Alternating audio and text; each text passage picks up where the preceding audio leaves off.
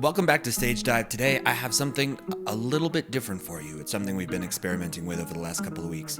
And what I noticed is that even though I have no questions prepared for any of our guests, I inevitably end up circling back to a couple of themes or questions that I must just have some curiosity around. And so what we've done is we've taken answers from different guests that are to a similar question, so that if you have a curiosity around a specific piece of guidance, maybe what would you have told your younger self, how do you prepare for shows, etc., you get a big dose of all of it from different guests in one episode. We're trying this out. This is new, so if you enjoy it, please let us know. You can email us at stagedivepodcast@gmail.com, or you can reach out on social media at stagedivepodcast. We would love to hear from you, and please enjoy this little mishmash episode. I just sing for fun with my parents with karaoke. I didn't expect that's how this entertainment career would turn out, or I didn't even expect to have an entertainment career in the first place. 100%. So you came out of American Idol. There was a lot. I mean, you in some ways, I feel like were one of the first viral videos, like one of the first things where you could, almost anyone you've spoken to had seen it. And with that, I'm sure it came a lot of commentary, some good and clearly some negative. Right. I mean, what was that experience like for you? I don't know how to evaluate this one, because some people that really liked it, they say, "Oh my gosh, it's you're so amazing. You have the courage, you have the guts. Admire you." Yeah. So I feel like I focus on the people that want to support me, but at the same time, I try to be respectful for everybody's point of view. I acknowledge that their view is valid. You know, if you want to say that I am not that good, I don't have professional training, that's still true, because to this day, even though I got a little bit of training, I cannot compare myself to somebody that spent years getting voice lessons. Right. And that's also not my purpose, because like my purpose is to entertain you, is to make you happy or laugh. Like, what got me into stand-up to begin with was the death of my mom. So when my mom had passed away, I started just like distracting myself with always being on stages. Like, I was doing like 10 mics a week to 10 shows a week, to I started touring, doing 41 cities every quarter, and I was just busy, you know. And then when COVID happened, I had to like just sit around for the first time in like 3 years since my mom had passed, and like just sit with grief and not be able to run from it. So not having a stage really, like, I realized how much comedy was a crutch for me, how much comedy was a healing process, or it stunted my healing because it just kept me in the same place. Because when I'm on stage, it's every time it's different, but it seems like you're just stuck in time. So when I had to step away from the stage, it changed my material because I changed as a person. But to cope with comedy, cope without being with stages, or trying to figure out what to do with my art. Like, how do I give this release of like creativity? I did not like going online to Skype, and people putting LOL or pause or like or unlaugh. Like, you gotta unmute to laugh. You know what I'm saying? Like, literally, we're doing shows that says unmute to laugh, and I didn't like that. But what I did do, I started streaming, and streaming was nice. I started streaming on a platform called Plenty of Fish, which is a dating platform. Now, initially, I went there to be a hoe, but then I've discovered that you can stream. So I'm like, you can see these hoes in person, and and then that's what happened, where I was able to like connect with people face to face, and also have the commentary of LOL and all that stuff, because there'll be like 500 people in a room, but only a couple of people are allowed to speak to you at once in the streaming network. It's pretty interesting, but that kind of saved my life. Well, I think it saved my life during COVID, because I learned that I did not like myself very much during COVID. I was like, Jesus, I'm just stuck with me. Like, no distraction. Me, myself, and I for a long time. Yeah, it was pretty tough. But all right, look at us connecting. If I remember correctly, you are both an opera singer and a model. Is that right? Correct. Yes, Okay. that's correct. Which one did you find first? Definitely singing. Okay. I definitely started singing seriously when I was college age. I went to a tiny liberal arts school in St. Louis called Webster University. Okay. And I always knew I wanted to be creative, but I had really terrible stage fright until that point. And they were Mm. so nurturing that they helped me overcome that in a lot of ways. And I got out of my shell quite a bit. And at that point, I was also thinking, "Oh, I need to start earning money. What could be fun things to do while I'm in college?" And, at that point, I had what they called the look of those days, where it was like, I'm 6 foot, I'm thin, I have long hair, and I look European. So everyone, would stop me and say, "Are you a model?" And so, of course, in the back of my head, I was like, "Oh, let's try that." So I met with an agent in St. Louis, and they said, "I will sign you, but there's not much work here for you. We have models here," and the big modeling contracts in St. Louis at the time were for scrubs. And they said, "We already have people booked for those. So why don't you wait until you get to a bigger city?" And I did that, and it was great advice. And I signed with Maggie Inc. in Boston, and that's when I started really digging into my modeling career. And at that point, I was going to graduate school in Boston, so it was the perfect time to like really blossom with both. I'd gotten rid of the stage fright, and I was in a bigger city, so they both kind of bloomed at the same time. I got away from home and did a lot of exploration into who I am and what I want, that I Mm. realized, oh, this is what I want. And part of that was moving away from home, and part of that was seeing a bunch of opera because I was able to do a study abroad program at Webster University. And I spent a semester in Vienna, Austria, and it totally opened my eyes to how um, big the opera culture was there and how Mm. beautiful it can be.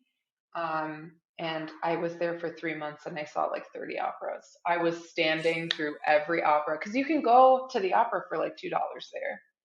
Wow. Yeah, you can just show up, wait in a line, and then stand. There's standing room only.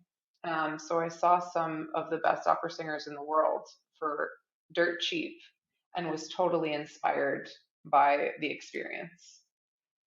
It was It's really, really amazing. cool. Yeah. Was opera even on the radar before that, or was it really Austria that sort of like sparked the whole thing? I think everything was on the radar before that. Like I said, I like everything. And Mm. I think for a long time, people really told me, like, you need to pick a lane. And I never really appreciated that because I think the complexity of life is so beautiful when you allow yourself to experience as much as you possibly can. Mm. But I always wanted to be on Broadway. I wanted to be a dancer. I wanted to be a writer, an illustrator. And I think it really clicked when I went to Austria and I said, oh, this is special to me more than Mm. the other things. I mean, I'm tempted to go back to your origin. Like, how does one even start to pursue the? How do you describe yourself as an artist? Because you do so many different things. So how do you sort of self-identify? Okay, let's start with that. Let's see if I can just um as a kid, um I feel I'm born an artist. I Mm. noticed later on things I couldn't understand at a really young age, but then later on I was like, oh, that's what it was. I used to have a lot of learning disabilities, but it wasn't that I wasn't smart. I think I was very bored. And my brain used to go to all Mm. these places during the classes that I just was really bored. And I would like, I always have images and this alternative universe that my brain was going on a class at a really young age. So people would say I was getting very distracted. I was not paying attention. I was like, and I was being bullied a lot because of who I was. And I still didn't know who I was. but I was being bullied. Maybe that was a way for me to escape from the classroom and everything. Um, and then for me to just channel of who I was taking class of like any sport besides football because I hated soccer. Mm-mm. But I was taking class of anything related with arts. I did try to do ballet, but I was too young, and then I tried to do gymnastics, and it was too far. And then the circus was around the corner, so that's where my career started. But at the same time, because all my family was on computer science, I did computer science. I finished computer science and start university for international commerce. But my career as an artist took over, so I left everything and I started working as an artist. So let's way rewind. Like you and Magic. Tell me about how you started dating. Like where did that relationship even begin? Well, I've been around magic for years because I've dated people in the community, but I never really got into it myself until about 3 years ago, or maybe 3.5 years ago. I broke my leg roller skating and I had just turned 30. I'm like, all right, what am I going to do with my life, you know? And I'm very high energy, fidgety. I love all circus arts. You know, I was big into hula hooping at the time and bunch of other things. And basically, I just reached out to one of my friends who is a magician and said, hey, my leg's broke. I'm stuck at home for a couple months, can't drive. Can you come over and teach me some magic tricks? And so my friend came over, taught me a couple of card tricks. I'm like, oh, this is cool. She gave me something to fidget with, something to play with, something to occupy my time. And then I would practice for my roommates. And then I eventually started going out to Fremont Street and performing. But it just, I don't know, there's something about it that's so unique and fun. Just getting people to feel like kids again and giving them an experience that we as adults don't get to experience a lot anymore, which is wonder and miracles, magic. It's just such a unique niche. Seeing people light up and smile and just have that playful energy again, and I got hooked. So like because the context of this podcast is all about performance, I would love to sort of dig into like what was the process or what were the steps to go from like I have an idea that I would like to do or produce my own show and like how you actually got there, which I know is probably a lot of little questions baked in.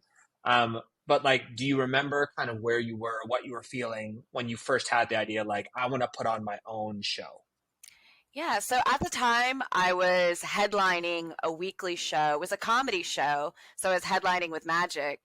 And it was at this very, very ghetto nightclub. It was not very well marketed, which was kind of great for me because it was a good place to be bad, where people weren't actually seeing me yet as I was getting good.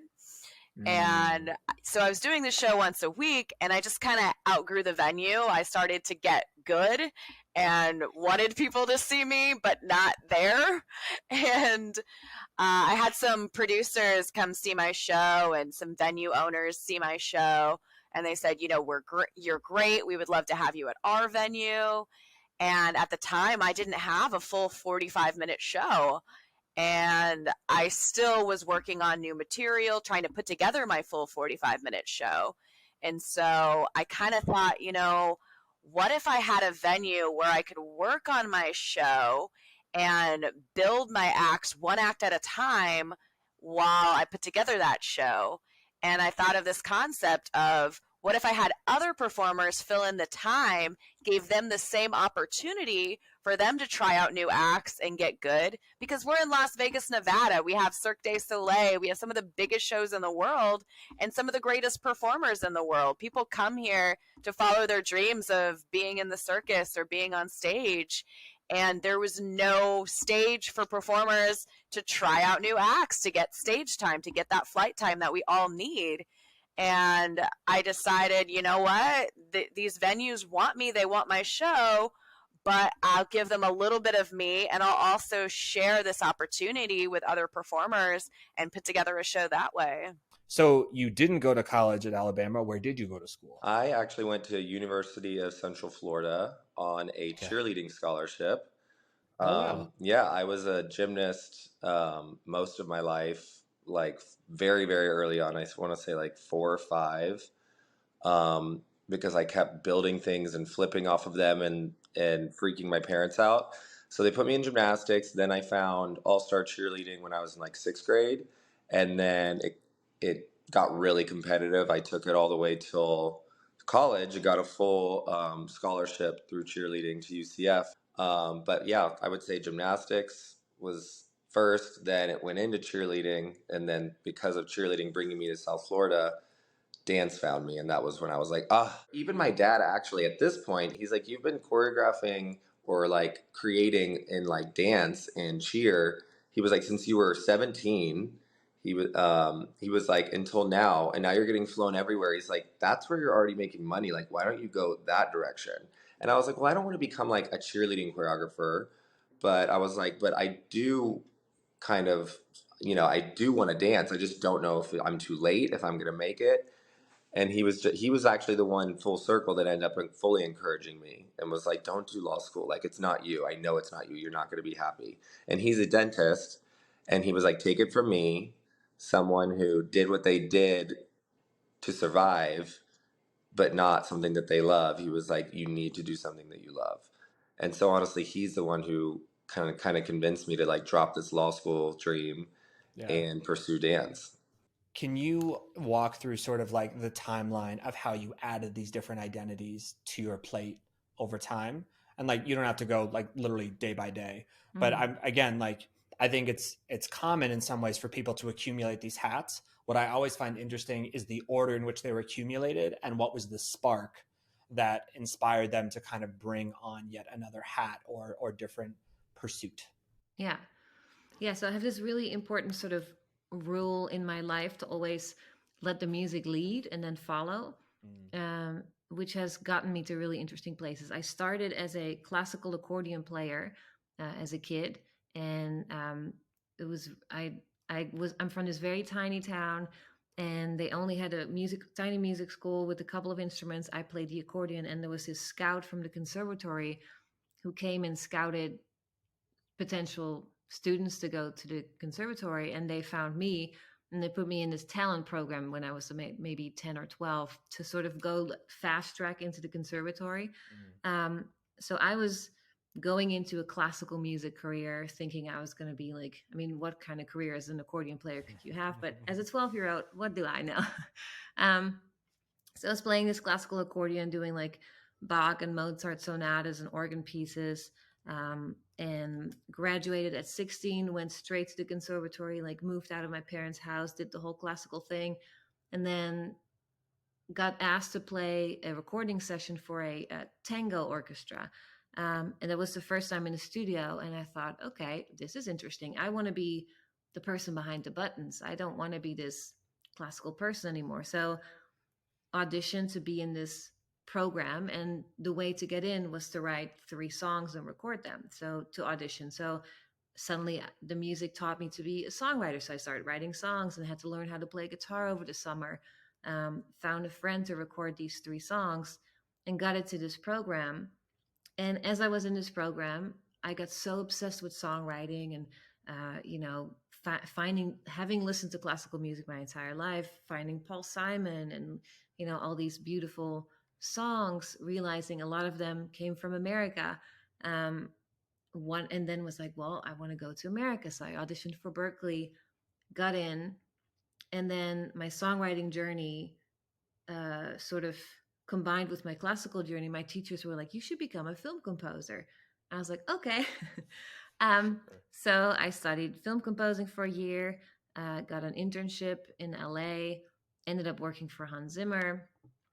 Amazing. And so the songwriting journey turned into a film scoring journey, turned into learning how to produce, because as a film composer, you have to learn how to play all the parts and sit in front of your computer and work on Logic or Cubase.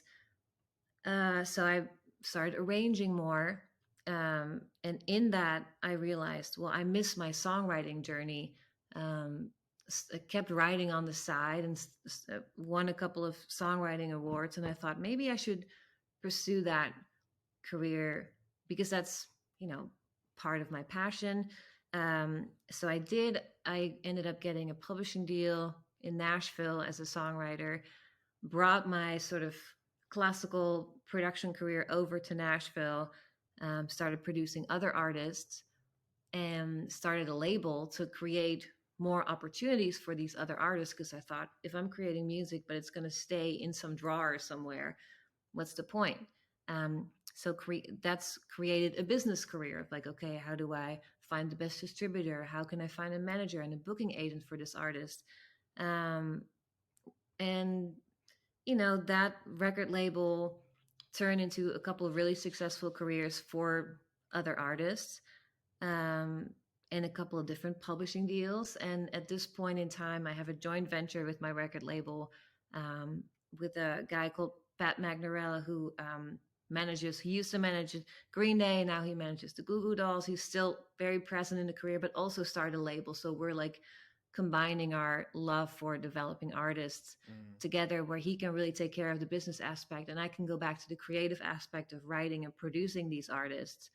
And in the process of that, he was like, well, what about your own project? Do you want to put out your own record? And I thought like, oh yeah, that's right. I wanted to be an artist really a long time ago. And so now I'm picking up that journey again of like the artistry. But as you can see in that process, I was just following whatever happened, and just sort of like taking these, like, oh, you get a job here and you do this and somebody loves what you're doing. And it just kind of like took me by the hand and took me to all these different places. But it always came full. Like last year I scored a movie for Paramount, and I hadn't scored for a really long time because I left LA and stopped scoring. So every time like a little nugget from the past comes back and reminds me, like, oh yeah, remember when you used to do this? But it's very organically. I didn't seek out any of these things. I just allowed them to happen, I guess. Yeah. Did you have any inclination toward performance in any other areas of your life, or was it really just kind of out of nowhere? Kind of out of nowhere. I tell people the performity of life was my first start, and just navigating the world as a very queer child, and that sixth grade time was very pinnacle of a lot of children. That's kind of when people start to notice, you're different and stuff like that, and kind of have it being brought more to your attention and starting to learn words and stuff that describes people, putting, actions. And I'm not saying sixth grade was the first time anyone ever called me gay, because it was definitely not. I was, probably in third or fourth grade, and I had no clue what that even meant. I had no clue, but, obviously something about, the way I stood or I spoke or the actions that I gave off or anything, it gave some I can speak. Inclination that something was different. So I think I was very shy. I would never go up to a bartender, ask for change to play video games. I'd make my dad do it. Even though I was going to play video games, someone always had to do it for me. And I think when I got into theater, it made me a little bit more confident. You find your people, you do find your people, and it makes you a little bit more confident. So then coming out of high school, you have this community. You've now, the way I would describe it is, found opportunities to both give and receive love in a new way, which is sort of changing the way you perceive yourself, the way you love yourself. When does drag start to come into the picture? So I entered my first gay bar when I turned 18 on my 18th birthday. On the day. And I tell people I never left. When I had that community of my theater friends, it really showed me what community meant to me and how important it was. And so when I So I graduated high school. I immediately went to hair school. And as I was going to hair school, I was going out to the bars and kind of meeting people and kind of engrossing myself in the gay culture. And it was fascinating. I was hooked, because growing up in Wesley Chapel, if you didn't have a car, you stayed in Wesley Chapel. You don't get to experience with things, and you can't learn culture too much from the internet, especially back in those days. We didn't have as much information about everything that's going on right now. So when I got into those bars and I saw this sense of community, I immediately was like, home, another home. This is what I need. This is my people. So I started going to this bar. It's called Valentine's. Rest in peace. No longer there anymore. They had a Tuesday night talent show night that I was there at every single week. I met the host of the show. Her name was Amanda Bone. And I was there every week. Me and my really good friends from high school, we would go all the time. His name is Gary Cohen. We used to go all the time. And one night he looked at me and he was like, "Do you want to do the talent show with me one night? Like, compete?" And I was like, yeah, let's do it. It was after high school. I was no longer doing theater stuff. I hadn't left my community theater just yet, but I wasn't doing shows with them because they're a high school, stuff like that. So I had kind of lost that thing. I was in hair school, so I was feeling very, very creative at the time. And so I said, yeah, let's do it. Let's try it. And so we planned on the night. We were going to go in. Amanda Bone, who ended up becoming my first drag mother, she painted both of us. And I remember being late because I had school and I was late to get there. And she was like, "Well, you're going to look like how you look because you got here late." And I said, "Okay." And I put on a Forever 21 dress that my best friend since I was little gave me, and some whiteout contacts and a terrible synthetic bob wig. And I did Britney Spears' "I'm a Slave for You." And it was just like exhilarating. It was amazing. And Amanda Bone, the host of that, actually has a huge drag family called the House of Bone. And so I was put into that house as Leanya Bone, which was my first drag name ever. And yeah, and so they were my first family. Every single one of them, I had older sisters who started teaching me how to do makeup and taught me how to perform and, what it meant to care for one another as a family and what it means to have the ability to have chosen family.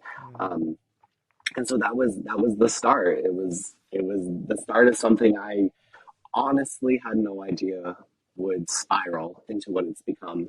Yeah. A random Tuesday night in a very dark, small bar on Armenia Street.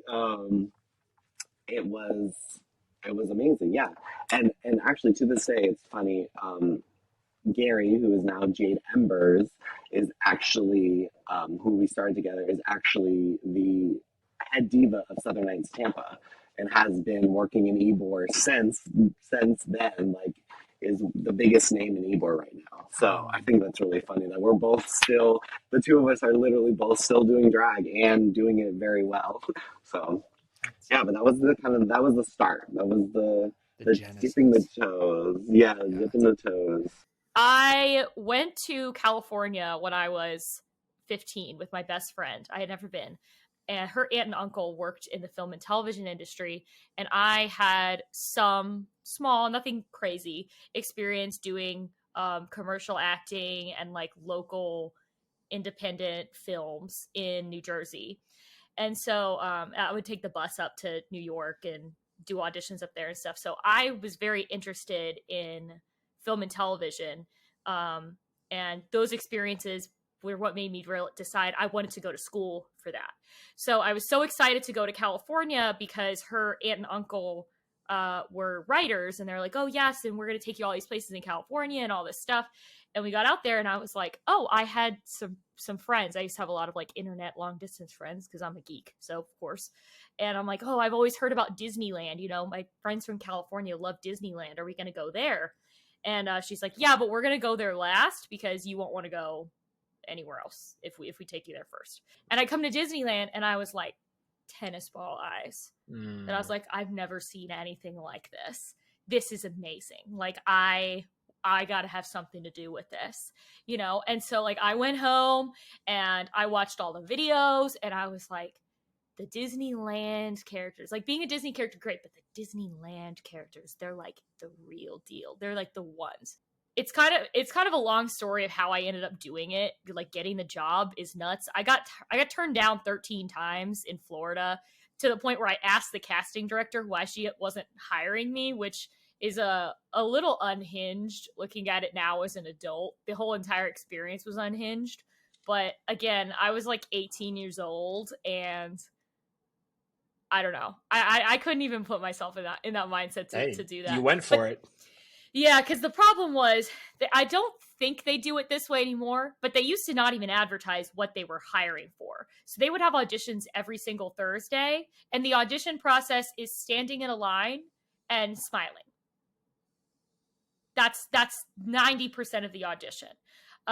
So they would say like, oh, you could come today and be the perfect Ariel, but if we're only hiring Tinkerbells, then we're not going to pick you. And they wouldn't tell you who they were hiring for. So basically I went up to her because I was like, have I been here at the wrong time 13 times? Or like, am I not going to get hired? She was like, So at that point, I did not go out to California thinking like, well, if Disney World said no, California will say yes. Because again, California was the small elite ones. And also all of the casting decisions were supposed to come from them.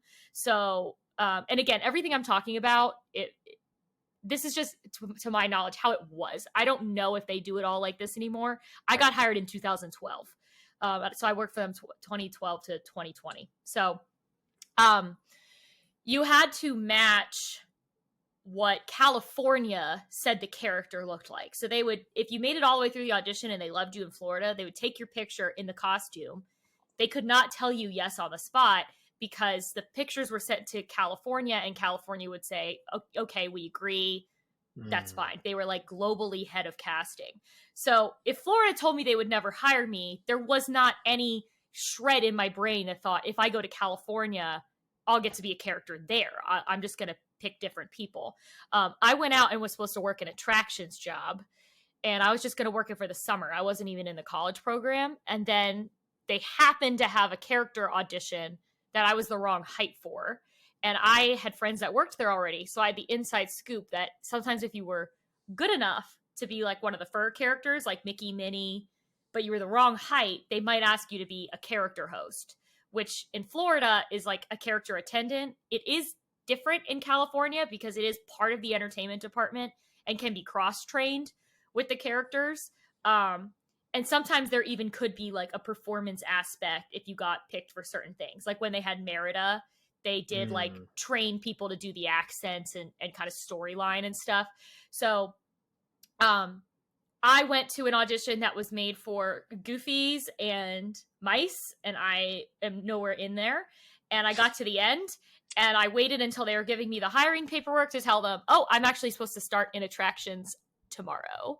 I waited till they were hopefully hooked on me, and they were like, okay, we'll check, we'll call you. And they called me the next day and said, don't go to Welcome to Operations. You're going to go to Welcome to Entertainment. You're going to be an entertainment host instead.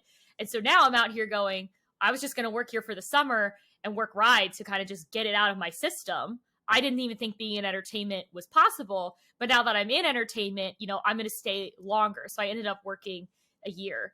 So I technically was hired in as an entertainment host. And then 2 weeks later, they had the face character auditions. And I was like, what the heck? I'm just going to go.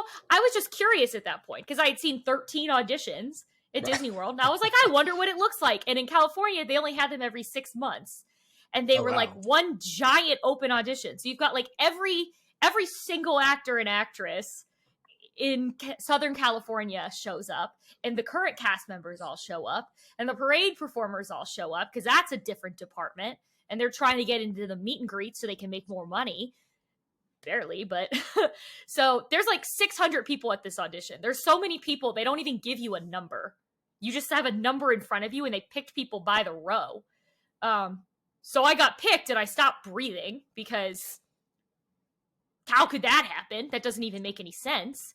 And then basically they pulled everyone aside and was like, okay, we're going to pass out the papers for who you're reading for.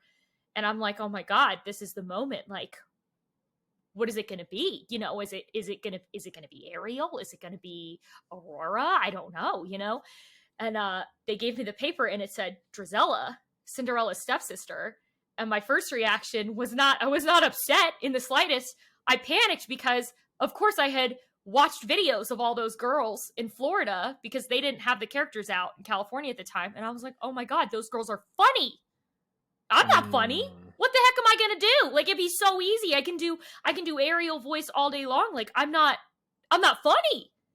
So, so I'm like walking around the room and looking at, like, I'm like looking over everyone's shoulders, and they're like, okay, Tinkerbell, Aurora. I'm the only one with the paper. So I'm going like, this seems like it's just like it's mine to lose, you know, like no one else is even reading for it.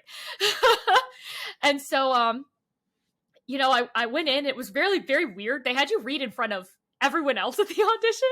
You know, we all did our lines, we left the room, and they were called in a bunch of the guys together and told them all they did not get it. And they called me in by myself, and I was like, oh God. And she was just like, okay, well, Melanie, you technically already work here, so we'll just put the training on your schedule. And I was like, okay, cool. Great. Can I hug you? So I hugged her.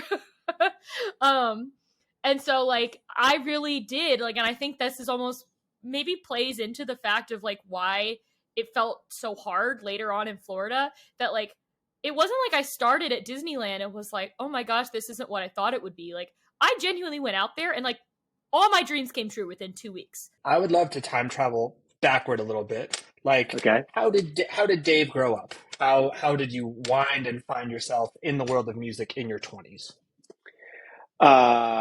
I would say that the way Dave grew up has nothing to do with how Dave ended up in the world of music. Ideal. Except that Likewise. Dave was a big music fan, for sure. I would say that, so I always had a passion for music and get a lot of joy out of music. And so what happened was, when I was in my 20s, I was working for a great company doing project management. Basically, we built and maintained websites for financial services companies. Who cares? Point is, I had this great job that I did not care about at all. Like, I sat down at my desk at 9 a.m., I checked out at 5 p.m., and I was so detached. And I was like, I can't do this for the rest of my life. Or I don't want to, rather. And I'm at a point in my life where, well, if I want to make a change, now would be a good time. Also, I was an idealistic 20-something-year-old, and I said, I want to do something I'm passionate about. Well, what am I passionate about? I'm passionate about music. And so I literally called up my favorite band at the time. I was living in Boulder, your hometown now. And I called up my favorite band. I said, I want to work for you. They said, well, you could, like, make sure our CDs are in stores in the towns we're going to play in. Remember CDs, right? We used to have CDs. And I said, that all sounds great, but if I'm going to do this, I want to do it full time. And so they said, okay, well, you can come on the road with us and sell CDs at the shows. Yep. And so I did. I literally got on the bus and was selling T-shirts and CDs and hauling gear and doing whatever was needed to be done. And eventually kind of started driving the bus, started getting involved in advancing shows, became a tour manager, and started doing a lot more management stuff as well, because this band that I was tour managing was self-managed, didn't have an outside manager. So there was that need to be doing the marketing and advertising, be doing the fan contact, handling those business things, because the band is always on the road.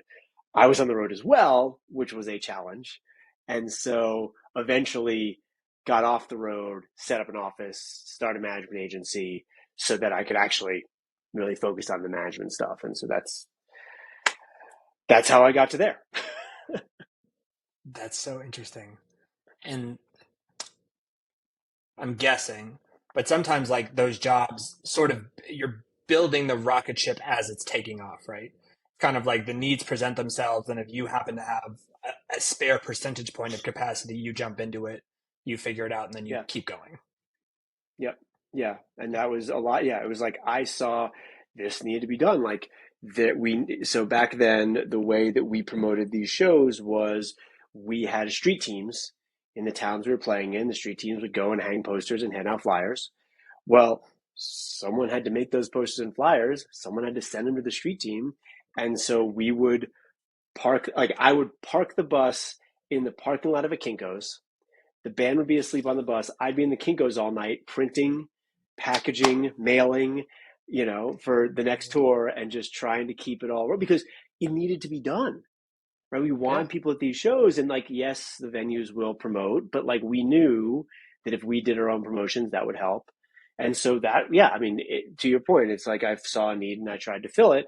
And honestly, that's how I ended up becoming a lawyer, is that I was managing these bands, and what I really enjoyed about all of that was helping artists with the business side so they could focus on the art side.